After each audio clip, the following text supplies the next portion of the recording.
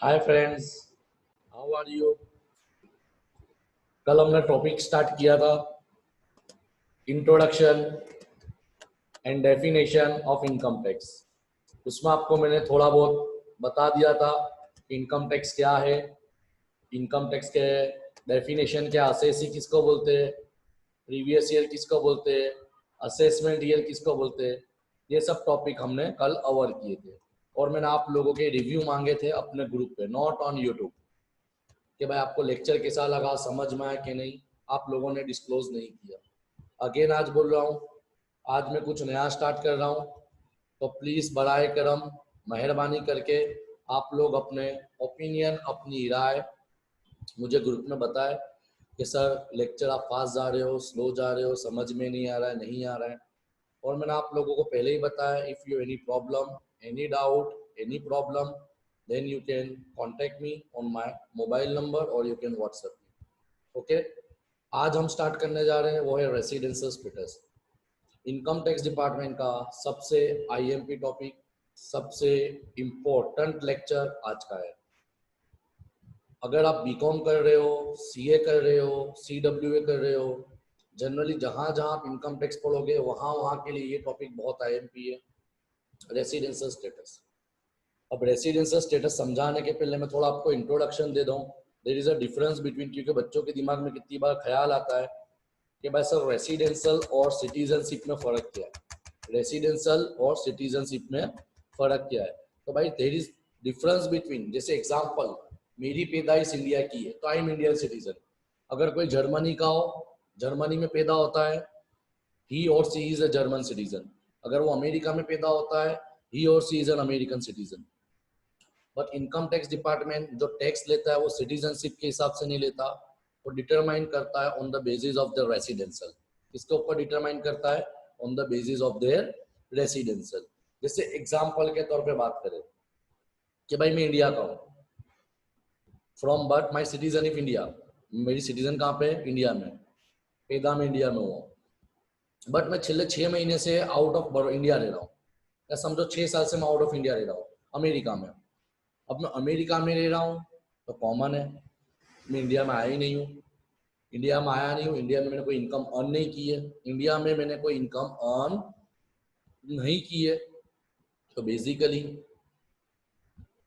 Government of India मेरे पास से कोई टैक्स चार्ज नहीं करेगी। Similarly mister x American citizen है, उनकी पैदाइश सिटीजनशिप अमेरिका की है, वो इंडिया में है, इंडिया में बिजनेस कर रहे हैं, इंडिया में आ रहे हैं, इंडिया में रह रहे हैं, तो कॉमन है अगर वो इंडिया के रेसिडेंट बन जाते हैं। रेसिडेंट और सिटीजनशिप में फर्क है, अगेन रिपीट करता हूँ, वो डिटेल में पढ़ेंगे, किसको रेसिडेंट बोलते, किसको रेसिडेंट नहीं बोलते, किसको एनआरआई बोलते। तो वो इंडिया के अंदर रेसिडेंट होते हैं तो उनको रेसिडेंट के हिसाब से गवर्नमेंट को टैक्स पे करना पड़ेगा। अब रेसिडेंस होता क्या है उसके पहले अब तो समझते हैं कि भाई रेसिडेंशियल स्टेटस किसका डिटरमाइन किया जाता है। तो ऑलरेडी मैंने बताया था, पर्सन की डेफिनेशन बताई थी कि भाई individual, HUF, firm, company, AOP and body of individual, artificial judicial person और local authority। 7 residential person definition में आते थे, 7 लोग। कौन से? Individual, HUF, firm, company, AOP and BOI, association of person and body of individual, local authority, artificial judicial person, ये लोग person की डेफिनेशन में आते हैं। मगर हम नक्की करेंगे रेसिडेंशियल स्टेटस क्या है, तो जनरली रेसिडेंशियल स्टेटस इंडिविजुअल का किया जाएगा, HUF का किया जाएगा, association of person body of individual का किया जाएगा, फॉर्म का भी होता है, कंपनी का भी होता है। और मैं स्टार्ट करने के पहले बता दो, 100% श्योर, 100% MS यूनिवर्सिटी में ये चैप्टर से 8 मार्क की थियरी या तो 8 मार्क का सम कंपलसरी पूछते हैं, जनरली पूछते, जनरली नहीं, 100% श्योरिटी के साथ बोल रहा हूँ। और इसका एक लॉजिक ये है कि अगर आपको इसकी थियरी समझ में आई, then you can able to solve the question easily. अगर आपको थियरी समझ में आई तो आप उसको क्वेश्चन को सही तरीके से सॉल्व कर सकते हो।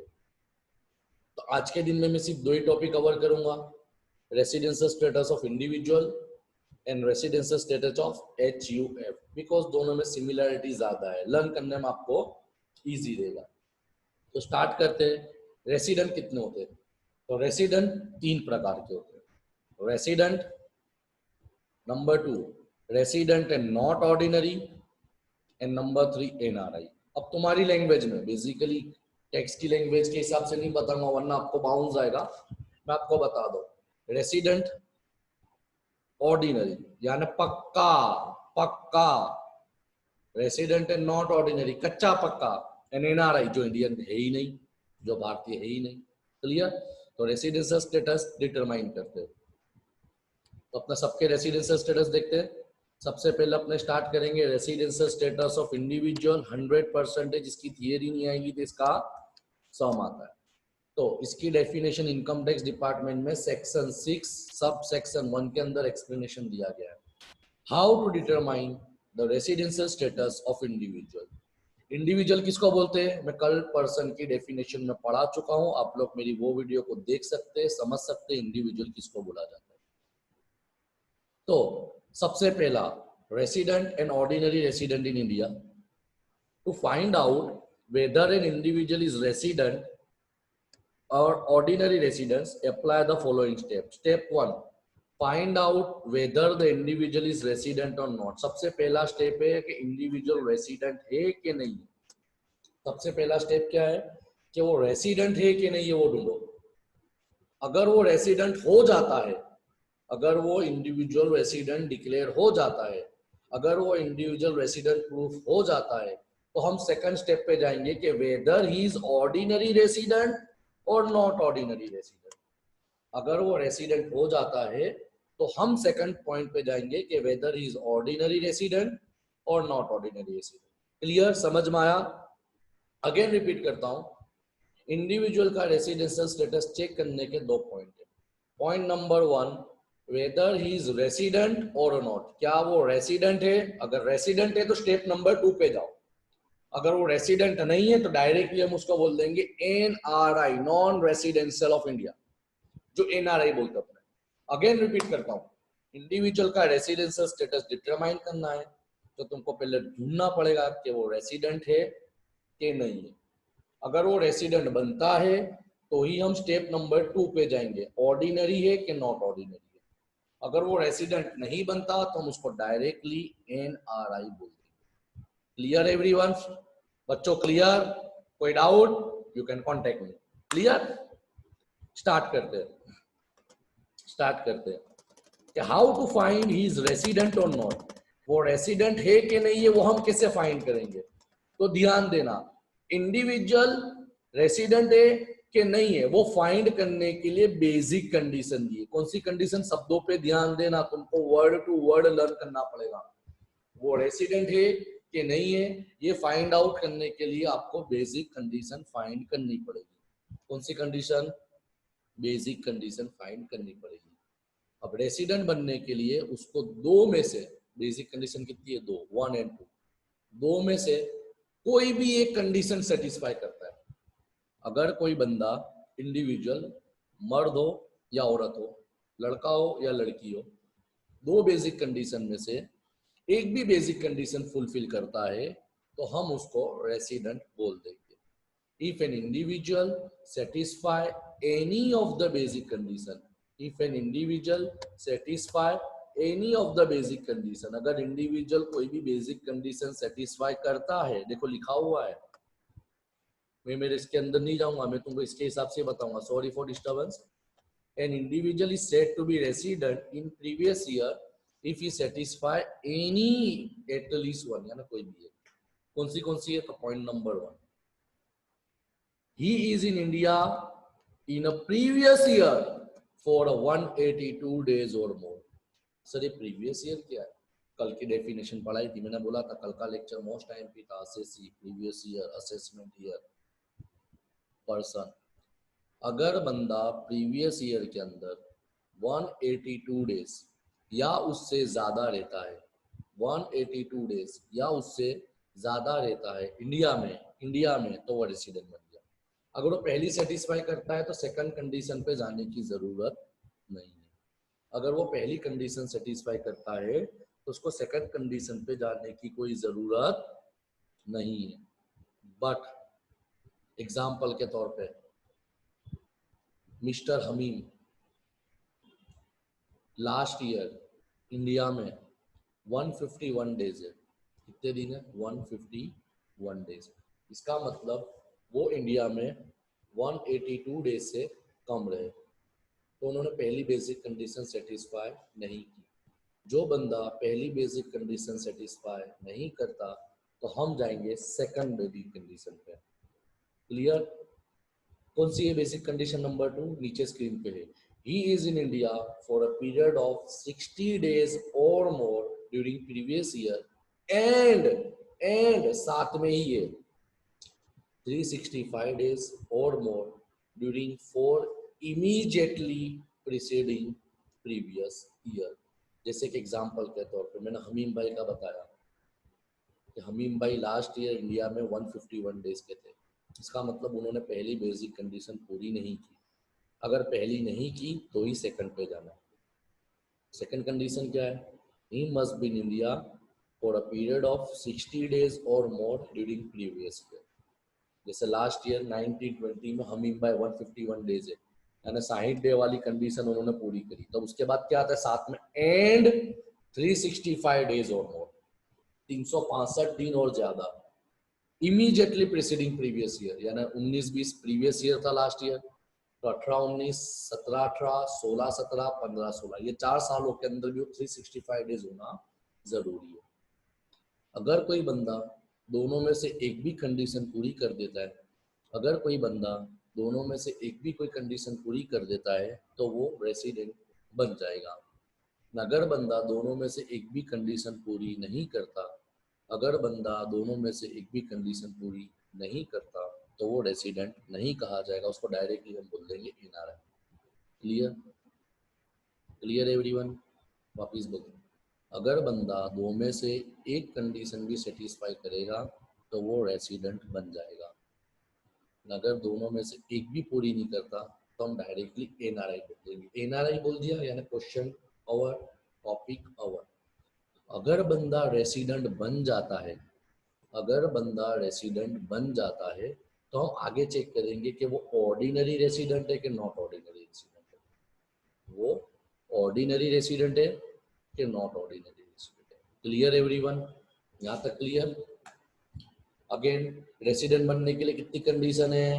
दो में से कोई भी एक पूरी करता है तो वो रेसिडेंट बन जाएगा। मगर मगर मगर ये दो कंडीशन के लिए भी एक्सेप्शन है। कितने रूल्स? ऐसे दो एक्सेप्शन है। कौन से एक्सेप्शन है? कि जैसे एग्जांपल, अगर कोई इंडिया को छोड़ के एम्प्लॉयमेंट प्रपोज के लिए as a member of crew, member of crew का मतलब क्या? जो सीट पे जॉब करता है, तो उसके लिए सेकंड कंडीशन नहीं है, उसके लिए ये सेकंड वाली कंडीशन नहीं है, उसको पहली ही कंडीशन पूरी करनी पड़ेगी। सबके लिए दो कंडीशन है, हर इंसान के लिए दो कंडीशन है, मगर दो लोगों के लिए सिर्फ एक ही कंडीशन है कि वो 182 डे होगा तो रेसिडेंट होगा, 182 डे से कम होगा तो रेसिडेंट नहीं होगा। कौन सी दो कंडीशन है? कि अगर कोई बंदा, कोई इंडियन क्रू शिप यानी शिप पे जॉब के लिए, शिप पे रहेगा ना नदी में रहेगा, बाउंड्री चेंज होती रहेगी, तो उसके लिए 60 दिन वाला रूल्स नहीं है, उसके लिए रेसिडेंट बनने के लिए 182 वाली एक ही कंडीशन है। और दूसरा, जिसके पेरेंट्स या ग्रैंड पेरेंट्स अनडिवाइडेड इंडिया की पैदाइश है। कब की पैदाइश है? Undivided India. सपोज एग्जांपल के तौर पे मेरी पैदाइश आज अमेरिका की है, शब्दों पे ध्यान देना, मेरी पैदाइश अमेरिका की, मैं सिटीजन इंडिया अमेरिका का हूँ, मगर मेरे दादा 1947 के पहले, अनडिवाइडेड इंडिया का मतलब इंडिया के भाग पड़े तो उसके पहले, मेरे दादा 1947 के पहले इंडिया के थे। क्लियर? तो अनडिवाइडेड इंडिया।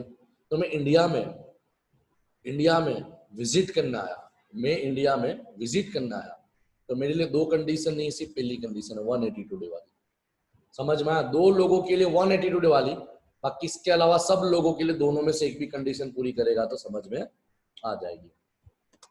तो जैसे मैंने बताया कि वो रेसिडेंट बन जाता है, तो हम आगे फाइंड करेंगे कि वो ऑर्डिनरी रेसिडेंट है कि नॉट ऑर्डिनरी है, रेसिडेंट एंड ऑर्डिनरी रेसिडेंट है कि resident and not ordinary resident है।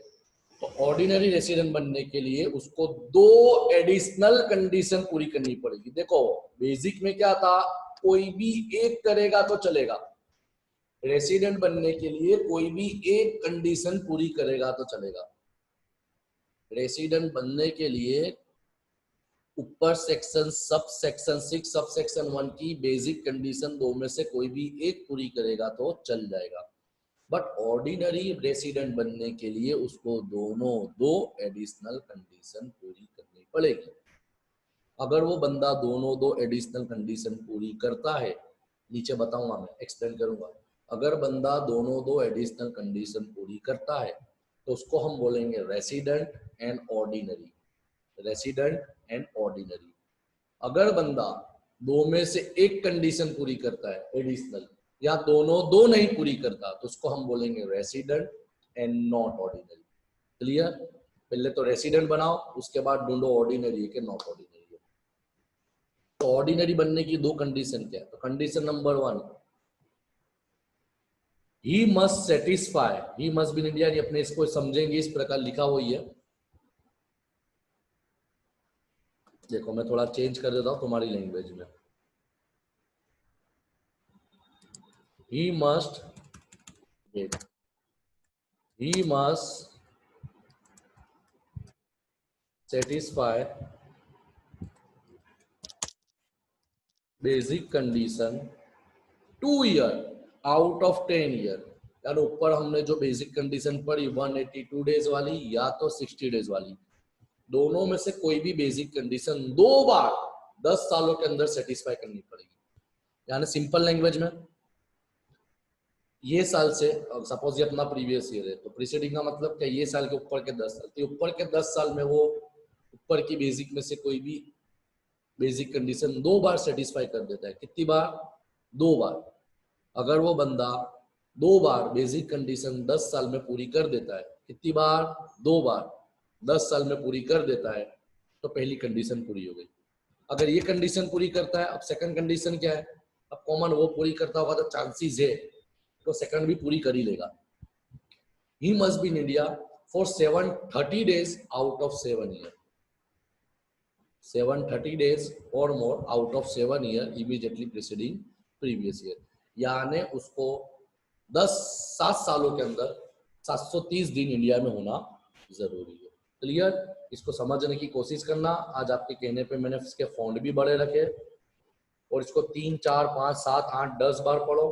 अगर कोई डाउट है तो आप मुझे कांटेक्ट कर सकते हो, प्रॉब्लम हो तो आप मुझे पूछ सकते हो। क्लियर? बेफिक्र रहना, ये मोस्ट आईएमपी टॉपिक है। मैं आगे नहीं बढ़ रहा हूँ क्योंकि इंडिविजुअल के साथ एचएफ पे जाऊंगा तो आपका कंफ्यूजन बढ़ेगा। Clear? Thank you very much. कोई डाउट हो तो कॉल कर सकते हो और अपने रिव्यू मुझे ग्रुप में देना।